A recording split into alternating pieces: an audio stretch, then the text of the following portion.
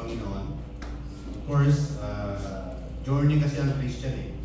Tandaan natin, no? Ang buhay Kristiyano ay hindi siya isang religion.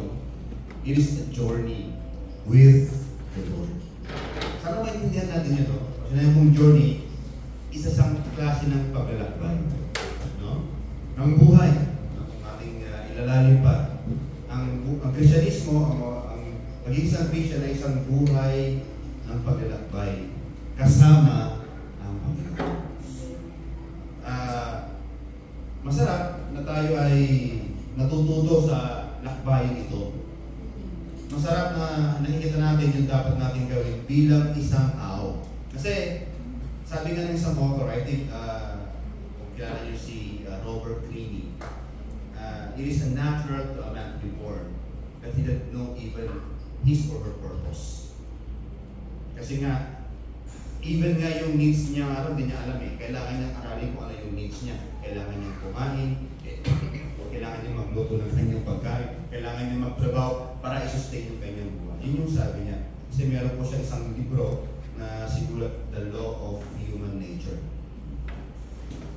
Sabi ko, ano? Sabi ko, kaya yung mga bata, pag yung iniwan siya ng mga magulang, mamamatay yan eh. Kasi wala mo kung kakain. Di ba kagaya ng mga ahas? Alam yung black mamba? The black mamba, once na lumabas yun sa kanyang exit, kaya niya nang mag-hunt ng kanyang pagkain. Di ba? Pero ang tao, pag pinanganak mo yung bata, iniwanan mo pa kaya. So it's the nature, it's the law of human nature. Kaya napakahalaga na sa ating paglaki, may gabay tayo ng buhay Kristyanismo. The problem for us is, marami sa atin lumaki tayo, Kristiyano nga, or meron tayong nakalayang religion, kaso nga lang, religion yung nagpalaki sa atin. Dinuruan tayo ng don'ts and don'ts. Ito gagawin mo, kung gagawin yan, dapat. Kaya, wala rin eh, walang yung buhay natin, lalong naging mas parang mahirap. Kasi nga, bawal dito, bawal doon, gagawin mo, gagawin yan. Hindi yun eh. Ang buhay sa Kristyanismo dapat, the journey of a Christian, is a journey in which we enjoy. It should be a journey in which we transform our lives according to the will of God. Yung dapat yung ating nakikita. Para mas na-enjoy natin yung ating buhay. At remember, ang buhay natin ay hindi lang nakasentro sa atin, kundi dapat ito ay nakasentro sa nais ng Diyos. Yung ating mga desire dapat nagbabago habang tumatagal tayo bilang isang Kristiyano. Diba dati mahilig ka pa sa ganun, sa mga parakada, pero dapat habang tumatagal, nawawala dapat. At mas nagkakaroon ka ng strong desire to do yung mga buhay ng isang Kristiyano. Diba sabi nga ng Bible, yung sa Psalms, ano sabi doon? Yung Psalms chapter 1, no? But his delight is in the law of the Lord. At ang kagandahan doon sa sinasabi ng Psalm, although ito ay metaphorical in nature, o basahin mo, pero napakaganda ng kanyang paghahambing sa mga Kristiyano na mayroong kauhawan daw o kagalakan sa pagbabasa ng kanyang salita. Kasi nga inahilintulad siya sa isang punong natanim sa gilid ng batisan. Kumbaga, a tree that is planted in a streams of water. Of course, alam natin na nabubuhay ang mga puno sa pamamagitan ng tubig. At ang isang puno na natanim sa batisan ay ito yung puno kung saan nagiging healthy siya. No? Nagkakaroon siya ng tamang cycle ng kanyang sarili. Namumunga sa kapanahunan, yung kanyang mga dahon ay hindi nalalanta.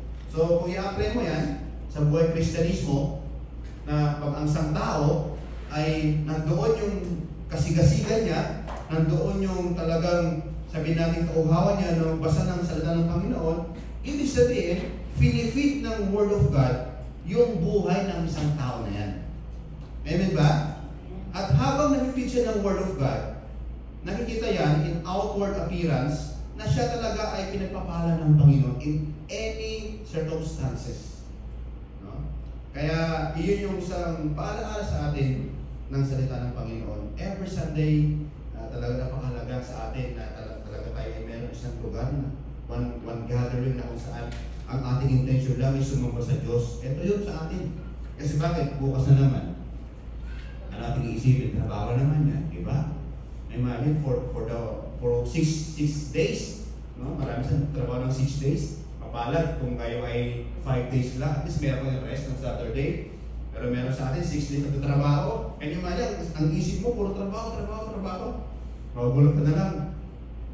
Ang edad mo, nasa ganitong ka. Di ba? Then, sabi ng Bible, dapat yung duty natin bilang isang anak ng Diyos is to know His will.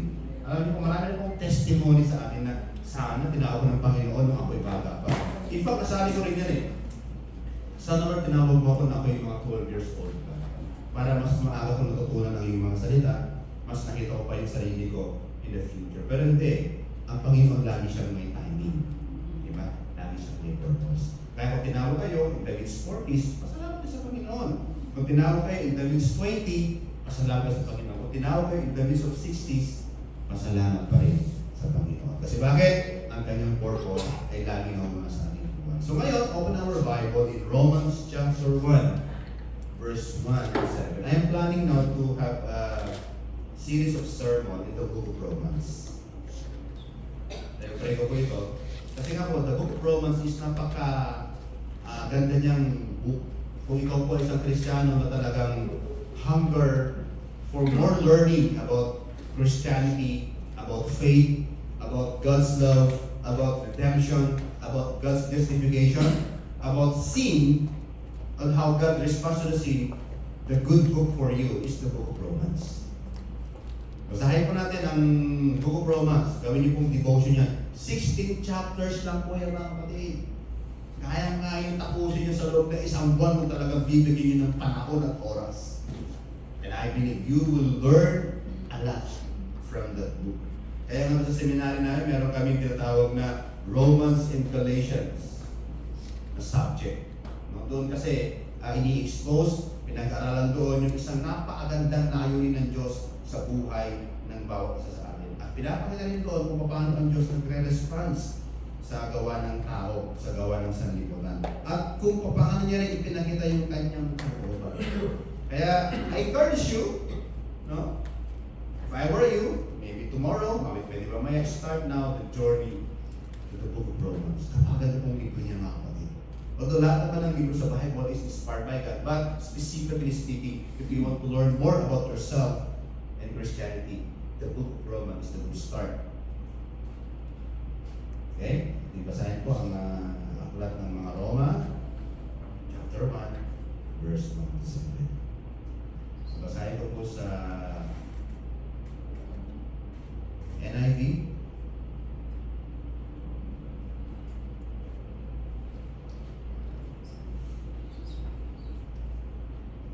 Okay? Ito yung sa screen. Tatlo po yung nilagay ni Brother Ace kasi yung tatlong translation. Ayan. But basahin po natin yung yung international version na translation po. Sige po, let's read. Verse 1 sa Romans chapter 1 sabi doon, Paul, a servant of Christ Jesus. Ano? Parang sa Apostol Pablo, ito yung paano niya ina-identify yung kanyang sarili. Dati siya, he's a persecutor. Yun na sinabing Paul, a persecutor, hindi na eh. He is a servant of Christ. Kung baka napaka-humble na Apostle Paul na i-identify yung kanyang sarili bilang isang lingkod ng Panginoon. Sana ganyan po tayo, no? We always identify ourselves to the Lord Jesus. We are servant of Christ. Yung sabi doon, called to be an apostle and set apart for the gospel. So maliwanag yung pagkatawag ng Apostle Paul. Apostle Paul understand his life that he is separated from the gospel of God. Yan. Ano ba yung gospel ng God? Ito yung mamaya pag-usapan natin. The gospel he promised beforehand through his prophets in the Holy Scripture regarding his Son, who, as to his human nature, was a descendant of David. And through the Spirit of holiness was declared with the power to be the Son of God by His resurrection from the dead. Jesus Christ, our Lord. Verse 5 said, through Him, and for His name's sake, we receive grace and apostleship to call people from among all the Gentiles to the obedience that comes from faith. Kita natin na sa Apostol Pablo. Nung naiintindihan niya yung kanyang pagkatawag sa kanya, nagkaroon siya ng parang urge, compelling reason sa kanyang sarili na i-share kung ano yung kanyang natanggap na ebanghelyo. Para daw, sabi ni Apostle Paul, to call people from among all the Gentiles. Sino ba yun? Tayo po yun eh. We are part of the Gentiles. No, salamat kay Apostle Paul sa kanyang sulat na bahaginan tayo ng ebanghelyong ito. Ano doon? Sabi to call the Gentiles to the obedience that comes from faith. Totoo lang, masusunod mo na talaga ang Diyos kung meron kang pananampalataya sa Kanya. That's the reality. You will never ever obey God if you don't have faith. Totoo yun. Pag wala ka talagang faith kay Lord, hindi mo siya pwede na worship, hindi mo siya masasamba, hindi mo siya masusunod. Pwede na mag-pretend. You can go to the church and you can lift up your hands, sing the songs. But if you don't have faith, hindi mo tatagal yan. Kung boring ka na, lalabas ka na. Diba? Mas masarap yata sa mga kabarkada kasi sa loob ng church. Totoo lang. Why? Because you don't have faith in the Lord. Kasi yung mga tao may parang Panginoon, they are connected to the source. Parang cellphone yan na pag nalobat, pag kinonect mo yan doon sa power source, mag-activate yan, mag-charge yan. At magagamit mo ulit ng mga. Ganun din ang isang tao. Pag wala siyang faith kay Lord, you never obey the Lord. And you are among those who are called to belong to Christ Jesus. To all in Rome who are loved by God and called to be saints, grace and peace to you from God our Father and from the Lord Jesus Christ. Let's pray. Panginoon, nawa ko yung salita sa mga oras kong ito ay magpaalala sa amin ang aming katayuan bilang mga anak mo at bilang Kristiyano sa kapanahunan ito.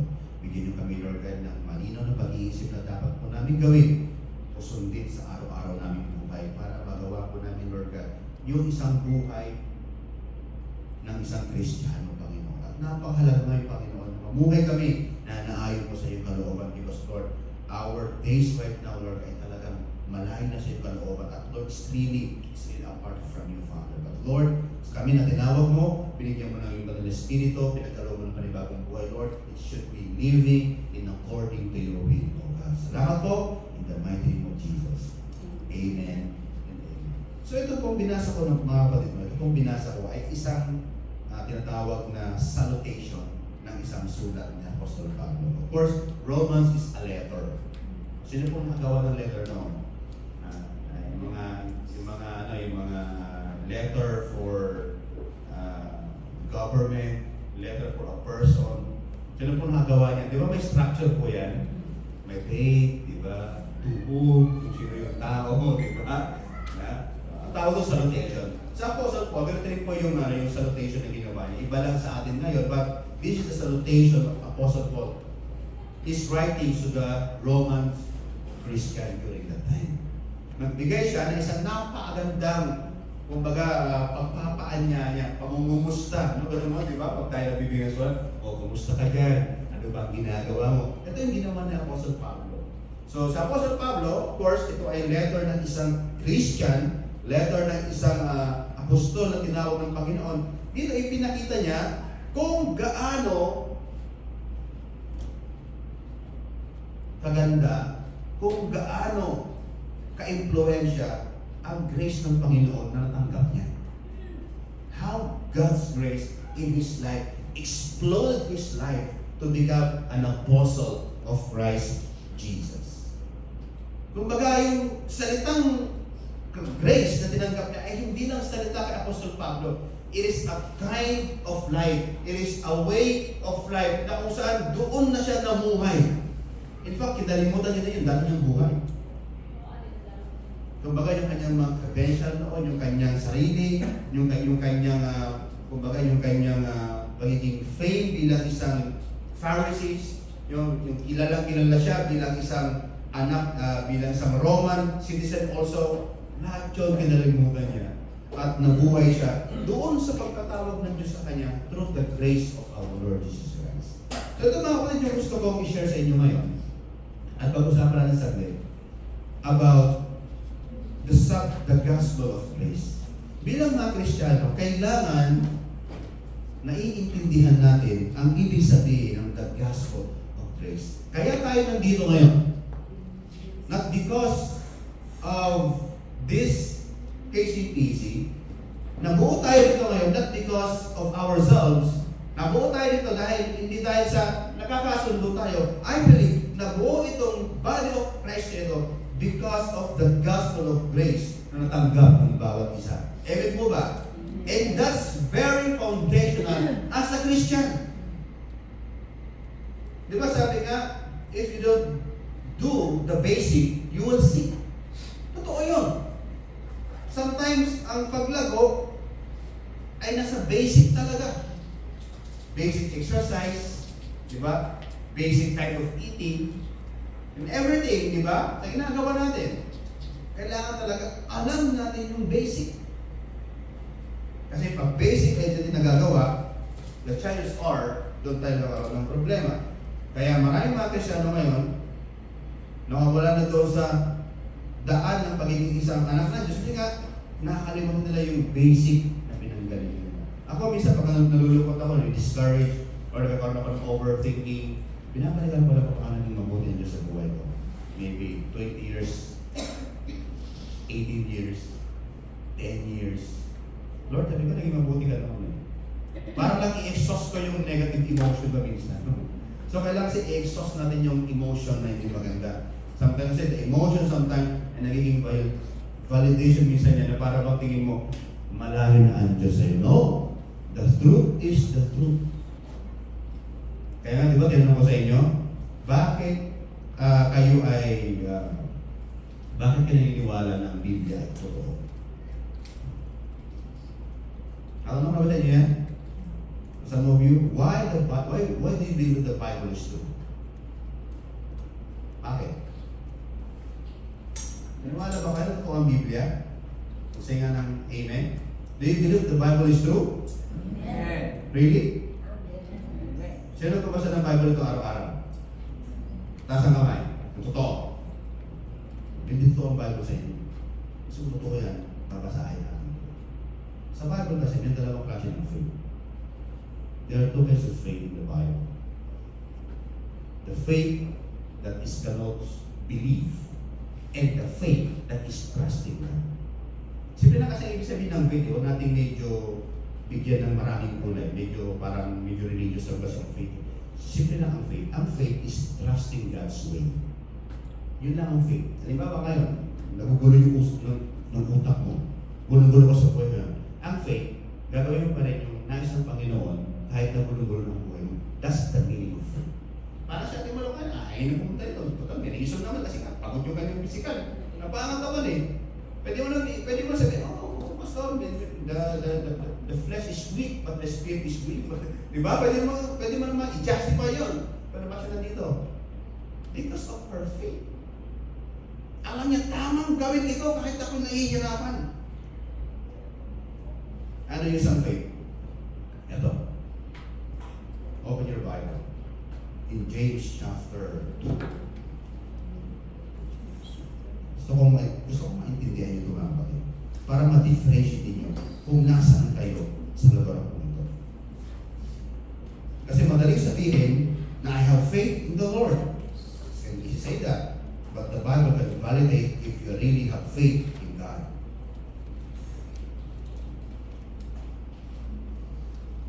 Okay, James chapter 2, verse 19. Basahin natin.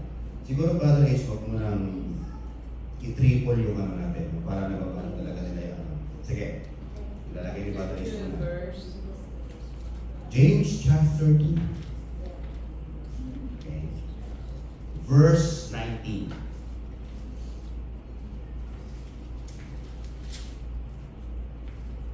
Are there? Ano sabi doon? James chapter 2 verse 19 said, you, sabi niya ganyan, okay? Ito yung isang klase ng faith. Siguro taas muna tayo para nagkaroon tayo ng konting context. No? In verse 18, sabi doon, in verse 18, but someone will say, you have faith and I have deeds. And sabi ni James, show me your faith without deeds, and I will show you my faith by what I do. So ano yung argument dito? Meron nasasabi kasi na may faith, pero wala namang nakikita. Pero sabi niya sa akin, may pananampalataya ako at tignan mo naman yung ginagawa ng pananampalataya ko. This is the argument of James. Kasi nga, the context of James is, marami doon sa panahon niya, sa context niya, may mga tao doon na may mga mayayaman na sinasabi nila may faith sila, pero hindi pa na siya nagbibigay ng turo sa kanilang mga kapatid na mahihirap. Kaya nga, ang argument ni James is, faith without action is dead. Hindi yan tagayin yung faith na sinasabi ng Panginoon. Dapat pag Kristiyano ka, may totoo kang faith sa Panginoon, dapat immediately you can sense the needs of your brothers and sisters. Pero ikaw parang damot mo, parang gano'n, no? Then, sabi niya sa verse 19 is, you believe that there is one God. Totoo yun. Sabi ni James, naniniwala kang may Diyos? Yes, that's right. Kaya ba hindi? Even the demons believe and shudder. Pati nga rin yung mga demonyo na iniwala rin na may Diyos eh. So what's the why James quoted demons? Even demons is believed to God. Demons, they believe God, but they don't have faith in God. Naniniwala sila na may Diyos, pero wala silang pananampalataya because faith simply trusting God's way. Maliwanag ba? Nasundan niyo po ba yung dalawang analogy na yun? Kaya kung sasayaw mong may faith kasi Lord, you need to show that you are trusting the way of God. Because if not, the same with the demons. Diniwala rin sila. Kaya nga, Christianity is a life of a transformational life. Isang pagbabago talaga ng buhay, ang pagiging buhay, Christianism.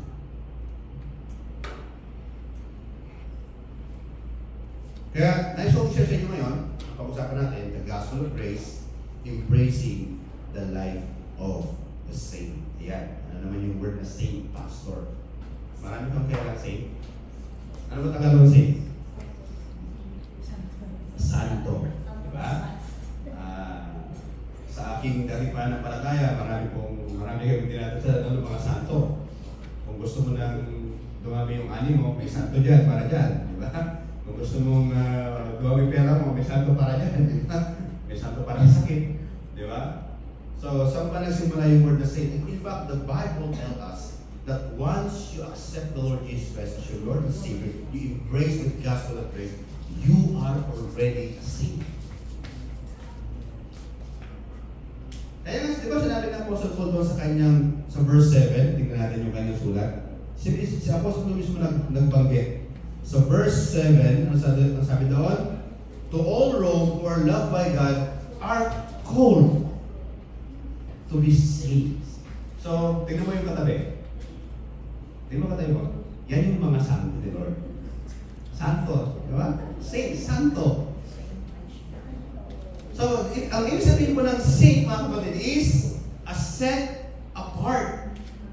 Kumbaga, parang Panginoon, nung siya ay nagbigay ng gospel of grace sa mundong ito, kung ihalin ko po yung gospel of grace sa Panginoon, na para siyang magnet, isa ka rin sa na-magnet ng gospel na yan at nahiwalay ka doon sa karamihan.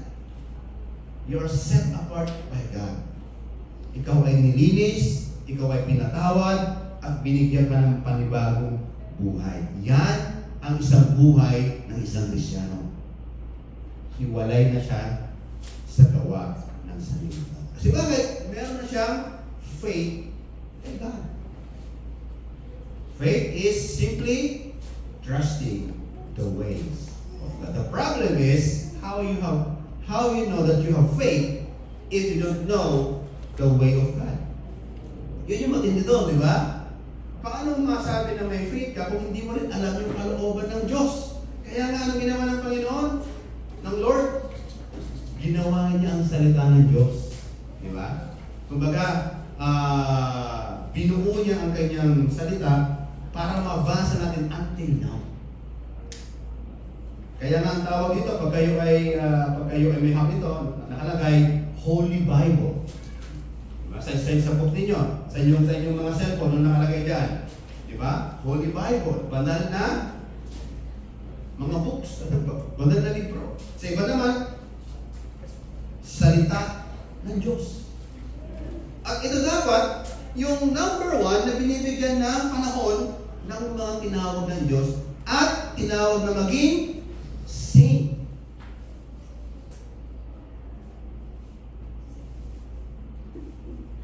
Akala natin kasi yung pagiging saint ay yung dumadaan sa canonization. You know, the process of canonization, kailangan mo maghihimala yung isang tao magiging saint. No. Once you believe in the Lord Jesus Christ and embrace the gospel of salvation in you, you're already saint inside. At dahil doon, we need to walk as God's saint in this world. So, ito yung pag-usapan natin, the gospel of grace, embracing the life of being a saint. When we say grace, how do we understand the word grace?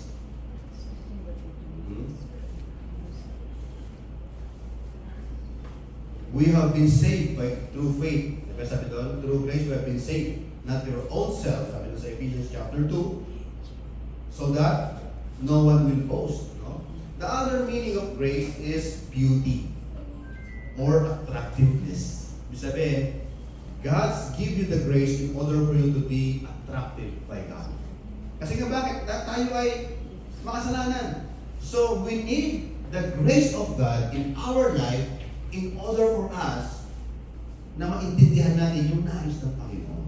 And this is the gospel of grace na nais ipaalam ng Diyos sa atin ngayon.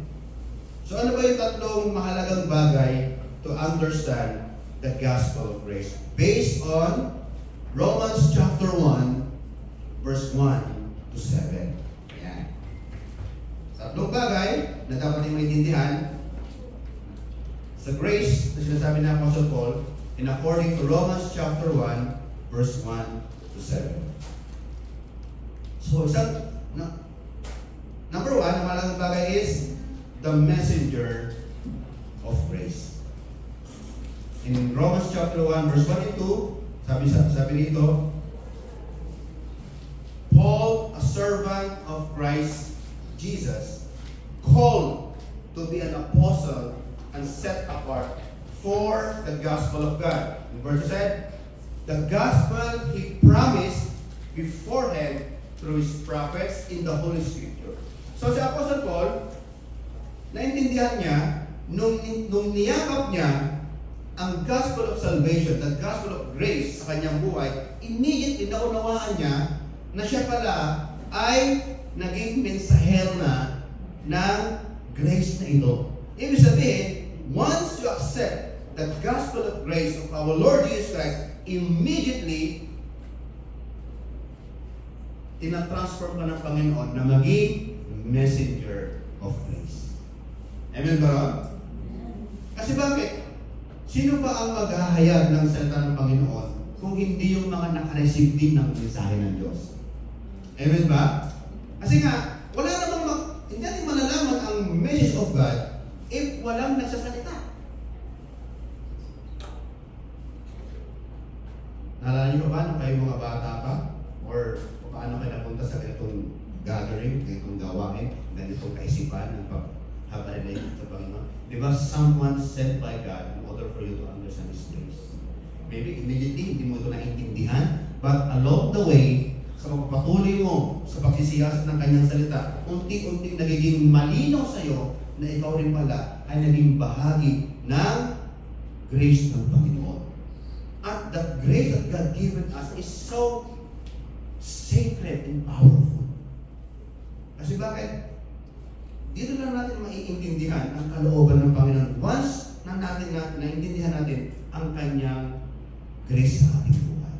Dito lang tayo magkakaroon ng tunay na pagkakilala sa Panginoon, tunay na may connection sa Kanya once we understand the gospel of grace. And Apostle Paul understood that. na isa pala siyang sinusugal ng Panginoon na mensahero ng biyaya.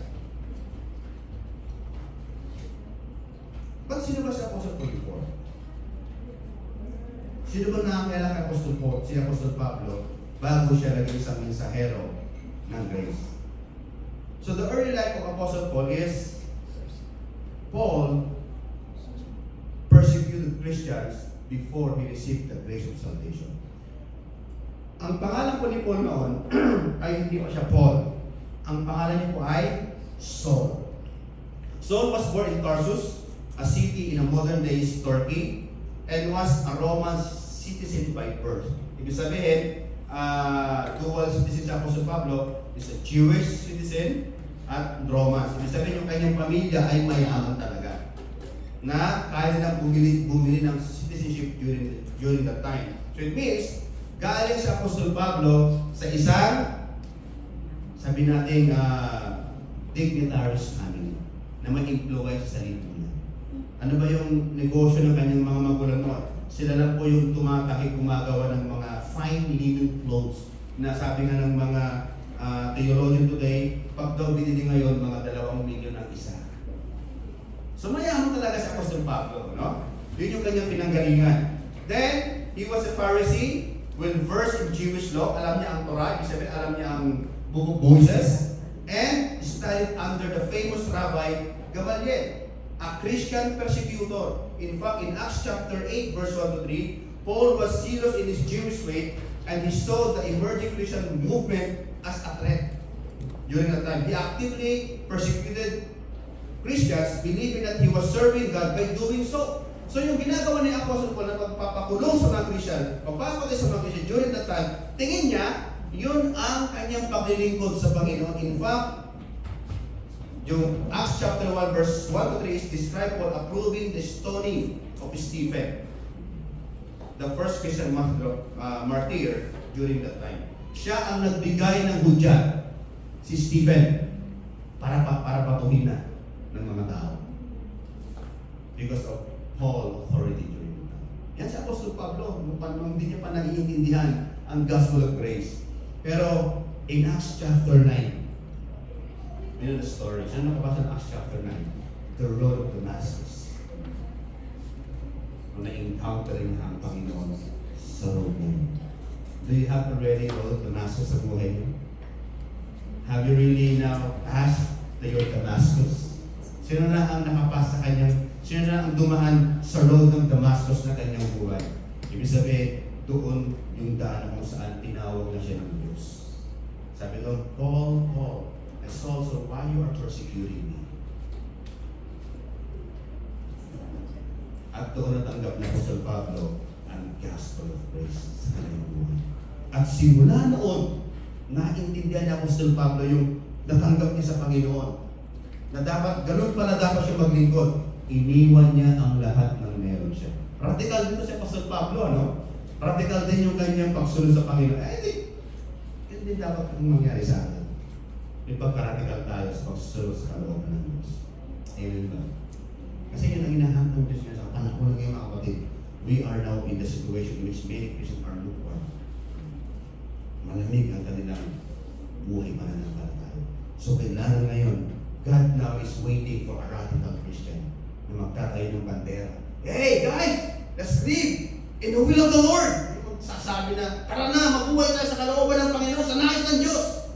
Medyo radical ang dating talaga, nagsusunod ng movement. Sana mga kapatid, matagpuan ng Diyos sa KCBC. Amen ba? Amen. Na mas maintindihan natin yung tinanggap natin ng gospel of salvation. Na hindi lang ito isang salita na salvation, kundi isang uri ng buhay na nais ng Panginoon na lakaran natin. Since then, sa Apostle Paul, nung natanggap niya ang kanyang buhay bilang isang gospel messenger, nagkaroon po ng matinding transformation ang kanyang buhay.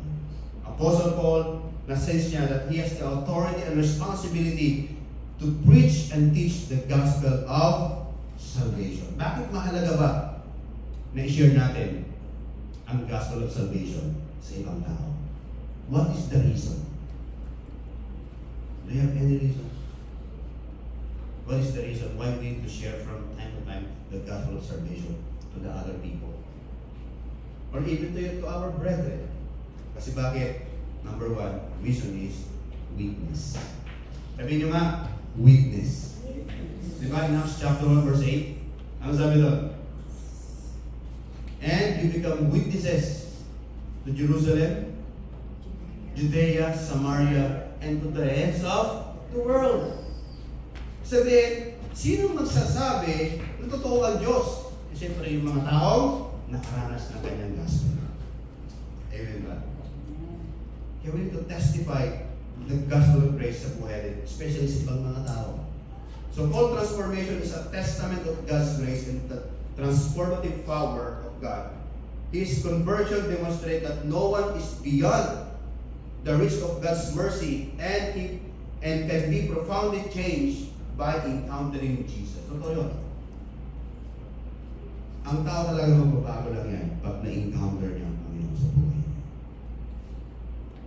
Just like Apostle Paul. Siguro kung mayroon siguro pinakamatigas sa puso during the time, I think one of the apostles is Apostle Paul. He has a lot sa buhay niya. The power, the fame, the money. Kumbaga ano ba yung hahanapin ng Apostol Pablo? Nasa kanya na lahat, but when he encountered the Lord Jesus Christ, biglang nabago ang kanyang buhay.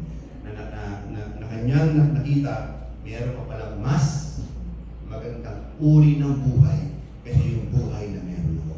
Yan ay ang mamuhay sa ilalim ng biyaya ng Diyos. At naintindihan ni Apostol Pablo na siya ay set apart from the gospel. Dito makita po natin yung kanyang dedication sa pag-share ng salita ng Panginoon. Hindi lang dedication sa pag-share ng salita ng Panginoon, even yung dedication niya rin na manatili sa nais ng Panginoon. If you read 2 Corinthians chapter 5, ang titindi po ng mga testimony ako sa Pablo. If you read Acts chapter 16, kung saan binato na siya na ng mga tao, patay na siya. He never quit. So ano yung bibigay sa kanya ng, kumbaga, ayun ang Diyos sa kanya, sa gitna ng ganun, dinadanas niya sa pag-alibig sa Panginoon, is still serving the Lord. Ano yung nag-hold Diyos sa kanya? Ano yung nagsasabi sa kanya? Ano yung powerful force? Meron siya. Bakit? Kahit na mamatay siya, gagawin niya pa rin yung pag-alibig sa Panginoon. Alam niyo tawag yan? That's the real encounter to the Lord Jesus Christ. I still remember naman yung si Gideon. For how many years, di ba, alila sila ng Midianites. For how many years, nagtatago sila sa mga bundok, sa mga malaking bato, nagtatago sila pag kumakain sila, pag sila nagtatalip, tinatago rin nila. For how many years, Gideon is hiding from Midianites. But when he encountered God, in just one moment, isa yun sa nagbigay sa kanya to face those brutal Midianites. Ibig sabihin, nagkakaroon tayo ng lakas na hindi na kikita sa ibang lugar na nabibigay ng mundo ito, lakas na isimula sa Diyos, nagmumula sa Diyos para harapin natin yung laban ng buhay. Ito yung kay Apostle Paul. And I believe the same God that we are serving now. Kung gusto natin talaga mas maranasan pa ang Panginoon, itry natin na maglingkod sa Panginoon sa magitan ng pag-share ng kanyang Ebanghelyo. And I believe marami pong hinahanda ang Panginoon para po sa atin. And this is the calling of a saint. Tinawag tayo ng Diyos para mag-share tayo ng salita ng Panginoon. Ay, pag-share ng mga kapatid, hindi naman kailangan makalamihan. Basta nandoon yung desire, nandoon yung heart natin na gawin ito. Means you are following yung nais ng Panginoon sa mga tao na kapalibot din sa atin. Kasi nga, tayo naman is naambunan ng biyaya ng Panginoon. Amen po ba? Sabi nga, without Christ, we are nothing. Even I. Sino ba naman sa ng Panginoon sa mga kasalanan? Kung walang Kristo, wala. Nakatayo lang tayo sa biyaya ng Diyos na binibigay sa atin. Because of the new life that God given us. Diba maliwanag naman yung mensahe ng Panginoon na if anyone is in Christ, He is the new creation. Ibig sabihin, may buhay na ibinigay sa atin ng Diyos. Kaya hindi nga religion ito eh. What we are doing is not a religion. It is a way of it is a way of that comes from God. is a new creation. Bagong nilalang. At yun yung ibig sabihin na being born again. Remember Nicodemus? When we try to argue with Jesus Christ about being born again, ang iniisip ni Nicodemus is yung kapanganakan physical. How come to a person ang laki-laki niya babalik pa sa kanyang nanay? No. Kasi nga, Nicodemus is a religious person. That's how we perceive God's way. Pero sabi ni Jesus, no. Ang totoong pagkinig mo sa Panginoon ay may buhay na nakatanggap. And that God that God given us, kailangan maipakita natin. Kailangan mailabas natin kasi yan yung nais ng Diyos na makita sa atin, Panginoon. So Apostle Paul is set apart by the gospel of grace and he become the messenger of grace. Kaya mga kapatid, remind ourselves right now na ang buhay pananampalataya ay hindi lang po para sa atin. Hindi lang po para sa church na ito. Hindi lang po para sa ating pamilya na magkaroon tayo ng magandang buhay. Hindi. Ang message ng Panginoon sa atin bilang iniligtas na is to share also this message with the other people. So ano pa yung katotohanan in regards for this message, the gospel of grace? The next is the message of grace. Ano ba talaga yung mensahe ng grace na ito? What is this grace means? Ayun ako sinabi ko na, the grace is the unfavorable, kumaga, yung hindi ka ba karapat dapat pero binigyan ka. Yun yung ibig sabihin kasi ng grace eh. Yung hindi ka karapat dapat na tao pero na-deserve mo. That's the meaning of grace. So, ano ba yung mensahe talaga ng grace? In Romans chapter 1, verse 25, sabi doon, regarding His Son. So, ang message of the gospel of grace is about Jesus Christ. Nakasentro ang mensahe ng Ebanghelyo kay Jesus. Amen ba? Ito yung sinasabi niya Apostle Pablo regarding His Son, who was in His human nature, was a descendant of David. Anong kahalagahan sa mga Hudyo na ipaalam nila that their gospel of message is from Jesus Christ and is the descendant of David? Anong kahalagahan sa confession ng mga Hudyo? Sa atin kasi ngayon para wala naman. Kapastor, no? Parang from David finish para Jesus Christ lumabas. Sa atin kasi parang ganun mo lang binabasa. But if you are a Jewish, is it a confirmation that God, yung propesya ng Panginoon in the Old Testament, pinulfill niya sa kapanahon ng ito? Ibig sabihin, tapat ang Diyos sa kanyang mga pangalan. No? So if you're a Jewish person, talagang mamamangha ka rito. Sabi na, who through the Spirit of holiness was declared with the power to be the Son of God by His resurrection from the dead, Jesus Christ our Lord. So, yung the gospel of message na sinasabi ng Apostle Pablo ay nakasentro ito sa buhay ng ating Panginoong Jesus. Na kung hindi namatay si Jesus para sa atin, baliwala yung ating pananampalataya. Faith is nothing to God without the Lord Jesus Christ. Di ba sinabi niya Apostle Pablo sa 1 Corinthians chapter 15? Kung si Jesus Christ ay namatay siya at hindi siya nag-resurrect, walang kwento itong ginagawa natin. Walang kwento yung ating faith. Kasi bakit? Wala naman nagligtas sa atin. Because remember, ang isang taong makasalanan para maligtas tayo, kailangan meron mamatay para sa atin. Diba? For the wages of sin is death. Ibig sabihin, kung walang Jesus sa ating buhay, lahat tayo matay. Ano ba yung kamatay na sinasabi sa Biblia? Hindi ito yung kamatay physical. No. It's the second death. Sa Revelation chapter 3, titignan natin. Yung tinatawag the lake of fire. Remember ba sinasabi ang Bible, I think in the book of Luke, na huwag kayo matakot sa mga pumapatay ng physical. Sabi ng Panginoon, matakot kayo sa pumapatay ng spirito. Dahil ang katotohanan ng mga kapatid, we are created being. Tama ba? We are created being na may flesh at mayroong spirit. Kaya dapat hindi lang more on flesh yung dinonurture natin. Nag-diet tayo para hindi magkasakit. Take tayo mga vitamins, kumakain natin 3 times and to sustain His life. Dapat hindi lang nakafocus doon yung ating buhay, kundi even yung spirit natin, nurture din. At nurture ang espiritu na meron tayo kung tayo ay connected sa Diyos. Yan yung sinasabi na salita ng Panginoon. So the message of the grace of God is nakasentro doon sa buhay ng ating Panginoon Jesus. God's grace is central to the gospel because it captures God's initiative, love, and salvation to the humanity. Kaya pag nakita mo yung cross ng Panginoon, nakasummary yung kalooban ng Diyos sa buong sanlibutan. Na ang Panginoon, ang nais ng Diyos sa atin, iligtas tayo mula sa gawa ng kasalanan at dalhin tayo sa kanyang piling. At ang tawag diyan is ang pag-ibig ng Diyos. Diba? In John chapter 3 verse 16, ang sabi doon, for God so loved the world that He gave His only begotten Son, but to those who believe. Okay, remember not all. Hindi lahat maliligtas. Okay? Maraming gustong sumabit, pero hindi maliligtas. Kaya niyo ng instruction, not all, but to those who believe in Him shall not perish but have eternal life. The word believe there in Greek is. It means is faith.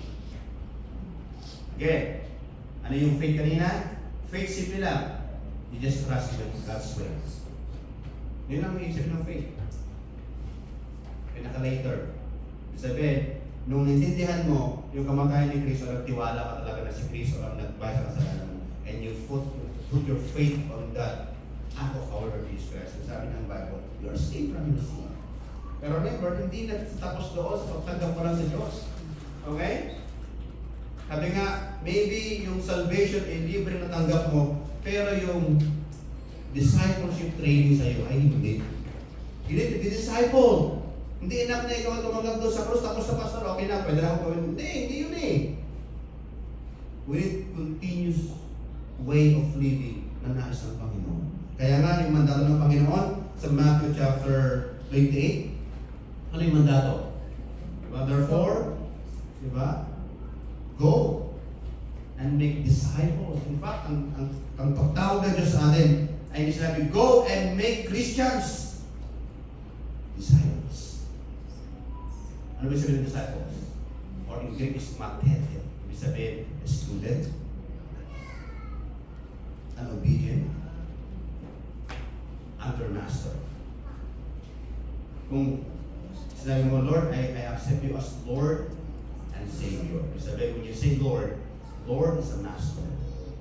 Sabi, para sa sabi, Lord, you are my master of my life. Sabi ko, anong sabi ng Panginoon at gagawin namin? Pero the reality, many said they are Christian, but they resist what the will of Jesus Christ sa buhay nila. So the message of God's grace na nakasentro sa nais ng Panginoon.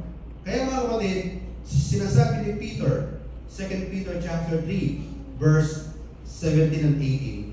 Ayan, basahin natin. So hindi lang enough na tinanggap mo yung gospel of salvation, hindi lang enough na nanampalataya ka na ikaw ay naligtas sa pamagitan ng pagkabako ni Jesus sa kanyang patros ng Kalbaryo, namatay siya at nabuhay. Hindi lang enough yun, kundi may advice si Peter sa mga taong tumanggap niyan. 2 Peter chapter 3 verse 17, ang sabi doon, therefore, dear friends, sabi niya ganyan, since you already know this, ano yung know this, alam niyo na yung pagiging buhay ng Kristiyano. Okay? Alam niyo na yung tinanggap niyong gospel of salvation sa buhay ninyo. Be on guard so that you may not be carried away by the error of lawless men and fall from your secure position. Alam niyo, napakaraming notion sa loob ng church with regards for Christianity. Ano nakaraan, natutunan namin doon sa aming training na yung kasi pala na sinasabi na you are the salt of the world, you know, of the earth. Yung palang salt doon, hindi pala table salt. Table salt nga, yung iodized salt na ginagamit. Hindi yun ibig sabihin doon. Napakalayo. Yung salt na yun is pinaka-abono pala sa mga halaman. So it's a fertilizer salt. So ibig sabihin, isang Kristiyano dapat, pag nakasama mo yan, dapat ikaw ay mas lumalago bilang isang Christian. Kasi nga na, ikaw ay nagiging abono eh. Ano ba? dapat talaga yung pag-aaral ng Biblia, continue. Ano sabi ni Peter doon? Basahin natin. But grow, okay? Nabasa niyo ba yun? Did you read that? But grow in, saan? Grace. Grace!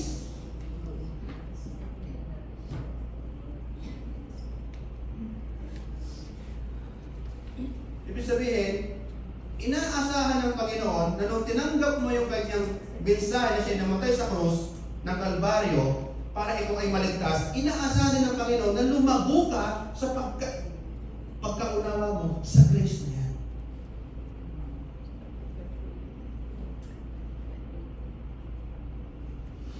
Grow in grace. Sabi doon.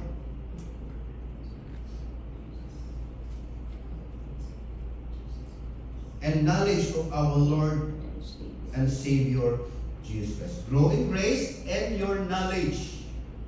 Sa Greek kasi dalawang ibig sabihin ng knowledge. Ang ginosko and oida. Ginosko is a knowledge that accumulation through information. Ganun pala. Na mas malakas pala ang grip ng buhaya kasi pating. Diba? Kasi knowledge, diba?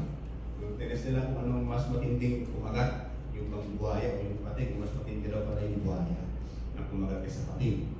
Diba? So you have the knowledge right now. Ganun pala kapag nakita ka ng pating, mas matindi siya si buhaya. So, that's the information. Ngayon, pagpunta mo sa internet, napakarami ng information with regards for health, with regards for mental, with regards for life, lifestyle, everything. We are now in the age of so much information, but no transformation. Yes ba? Puro na lang information, di ba? Meron ako nabasa, puro na lang quotation, pero wala namang transformation. Post ng quotation, pero wala namang bumabago yung buhay. Pero, anong sabi doon? Hindi dapat ganon. Hindi dapat ganon yung nais ng Panginoon. Dapat lumalago tayo sa grace and knowledge of our Lord Jesus Christ. Yung isang knowledge is oida. Ano yung sabihin ng oida?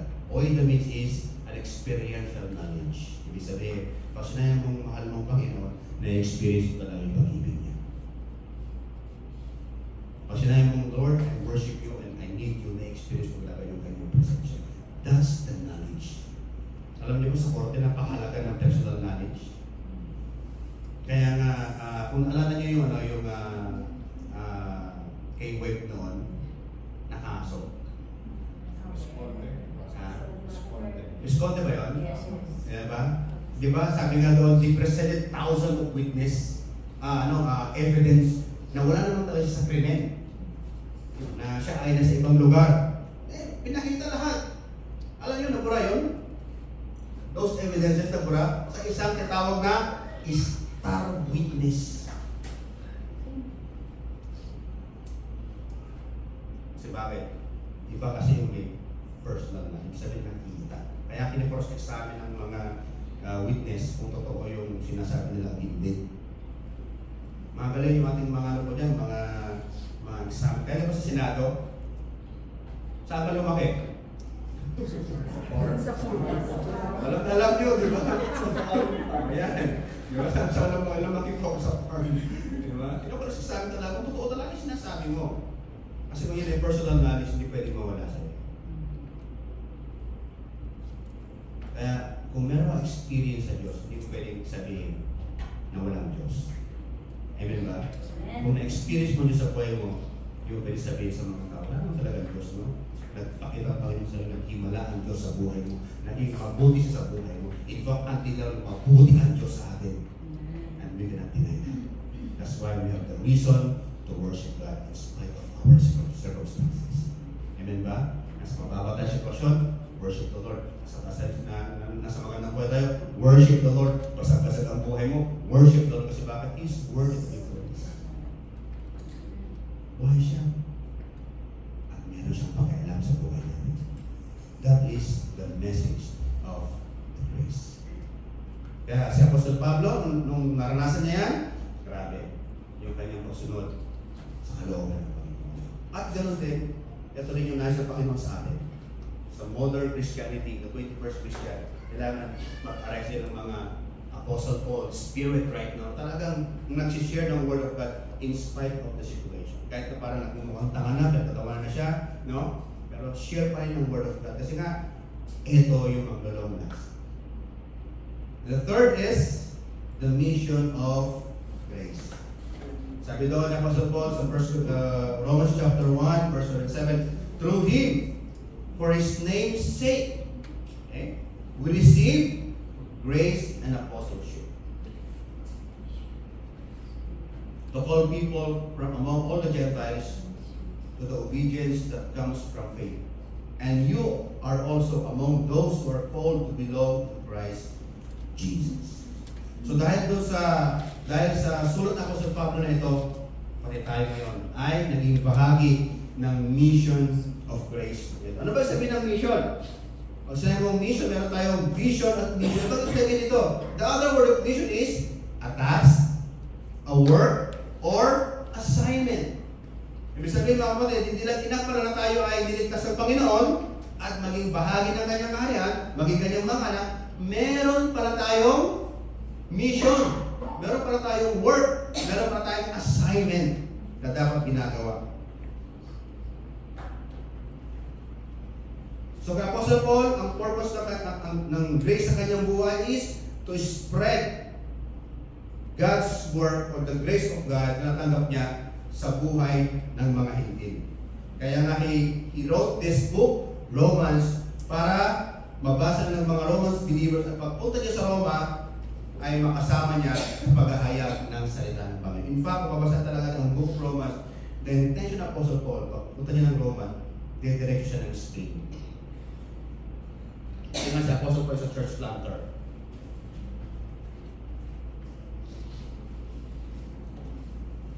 So the purpose of grace in Paul's mission is many-sided. It initiates and sustains salvation, empowers transformation, service, promotes reconciliation or settlement, and unity to the people na makakarinig po nito.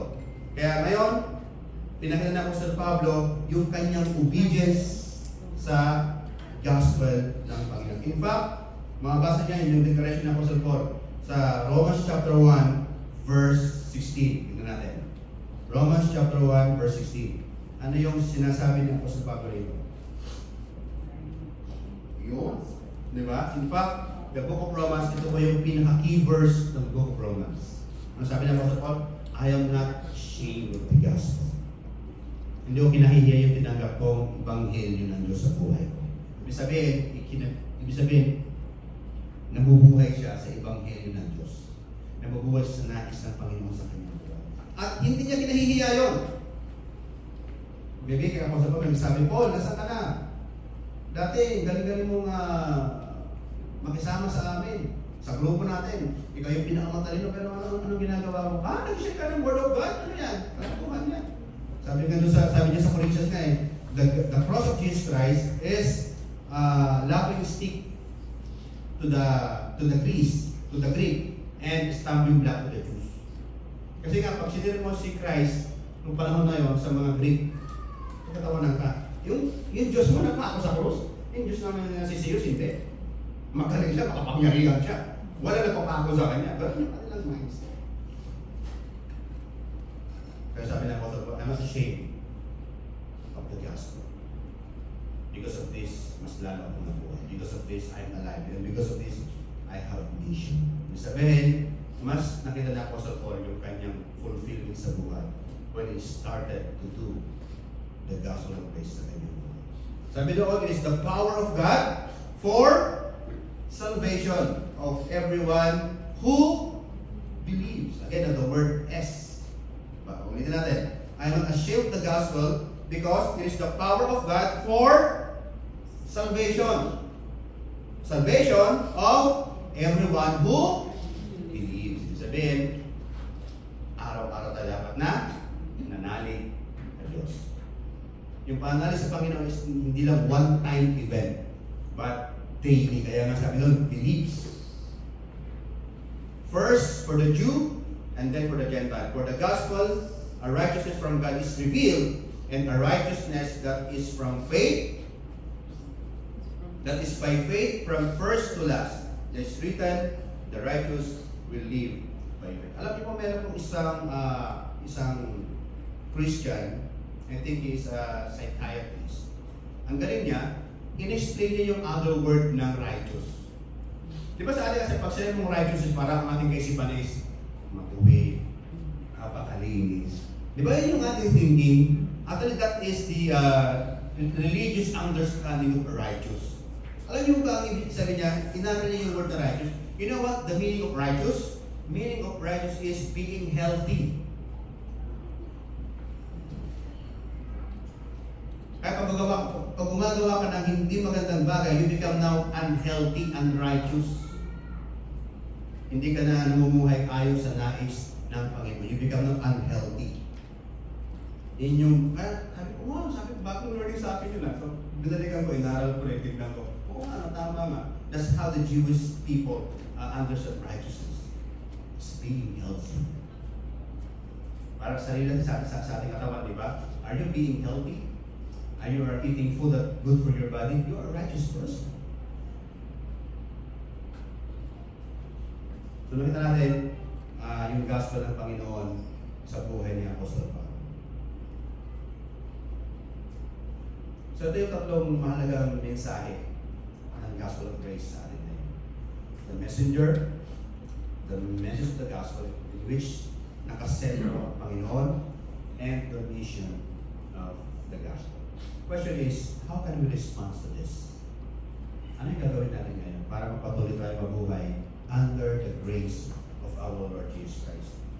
Let me give you 3 practical things para ma-apply natin yung ating mensahe sa oras mo. Number 1, in order for you to live daily under the gospel of grace, is you need to cultivate a humble heart.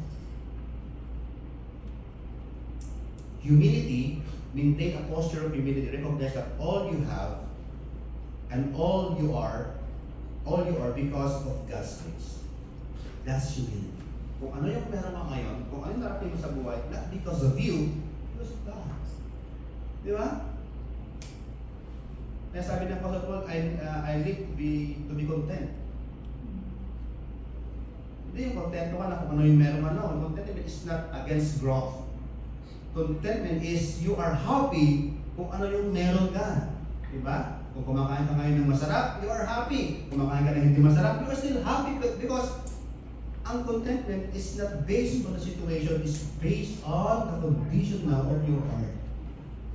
Kasi sino magbibigay niya? Ang Panginoon.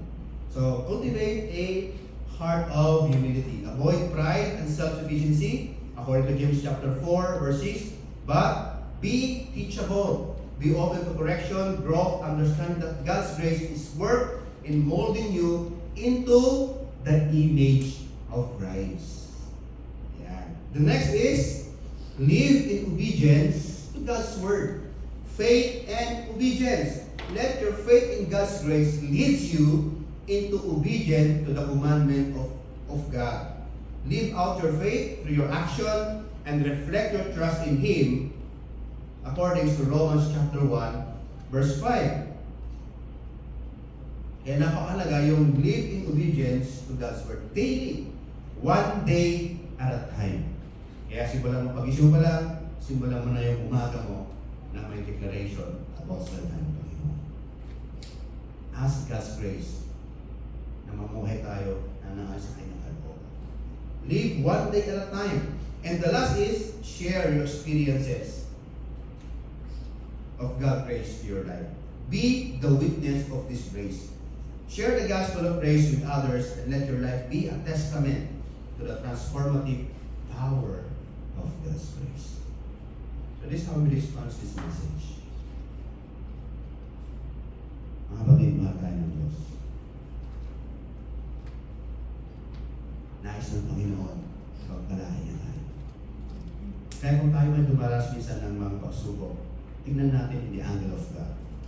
Maybe that situation is molding you to become His likeness. Minumod ka ng Panginoon para mas level up ka sa ibang klase o buhay bilang isang Christian. So embrace struggle.